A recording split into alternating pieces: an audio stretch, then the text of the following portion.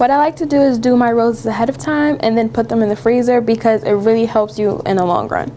Here I have 4 pink roses and 4 purple roses that I did ahead of time, and I also have rose buds, which I am going to show you right now. With the same direction that you have the tip when you're doing the flower tip, you want to hold it that way. You're going to go upward, come down, go this way, and then go to your right.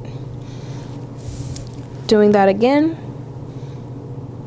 upward, to your left, and to your right. It leaves a little peak, but you can put a leaf over that so it doesn't matter. Now assembling your roses. Okay, now we're going to start assembling our roses to our cake. Make sure you have the front of the cake that you chose. I like to do a bouquet, so I'm going to start with that. It's good to have a nail to push the rose off of whatever you're using. Today I'm using a spoon because they're hard, so nothing's going to happen, but if your roses are soft, I suggest using scissors. We're going to take the first rose. You're going to pretty much eye where you want it, but you want to keep in mind that you have to write on the cake. If you don't have room, then you're going to have to scrape off and start over. I'm going to do a bouquet going like this, so I'm going to place my rose right here, halfway on the border and on the cake.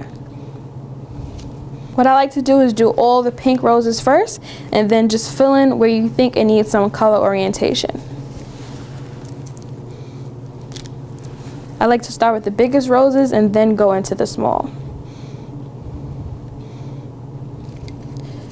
Using the nail, I'm pushing it off the spoon.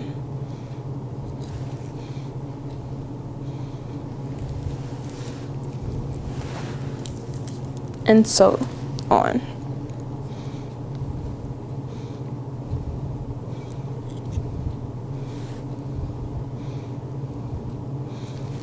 The good thing about freezing them is if you don't like the position of the rose, you can always pick it right back up and put it in a different place. We're going to start with the purple, just because I might not even need the last pink rose. Going to turn this around, and I'm just going to drop this rose right in there, like so. Next, I'm going to add another purple rose in the middle.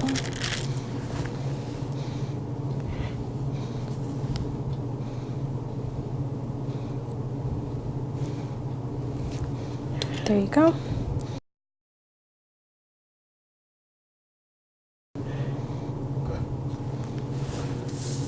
As you can see, this is going to be my writing area.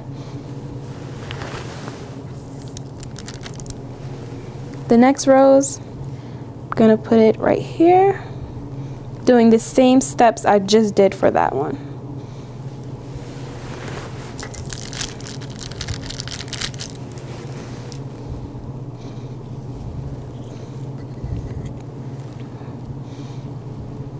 You see?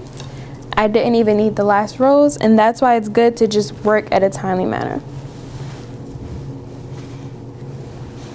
Now the rose buds. You don't necessarily have to put them on. Like with this look, I would just leave it because I think it looks really nice already. But I'm going to put a couple on there just because I like the rose buds. They look nice. You can go through and just choose your best looking ones. I would just pick it up, place it down. Then I'll do a purple, just so they don't look too the same.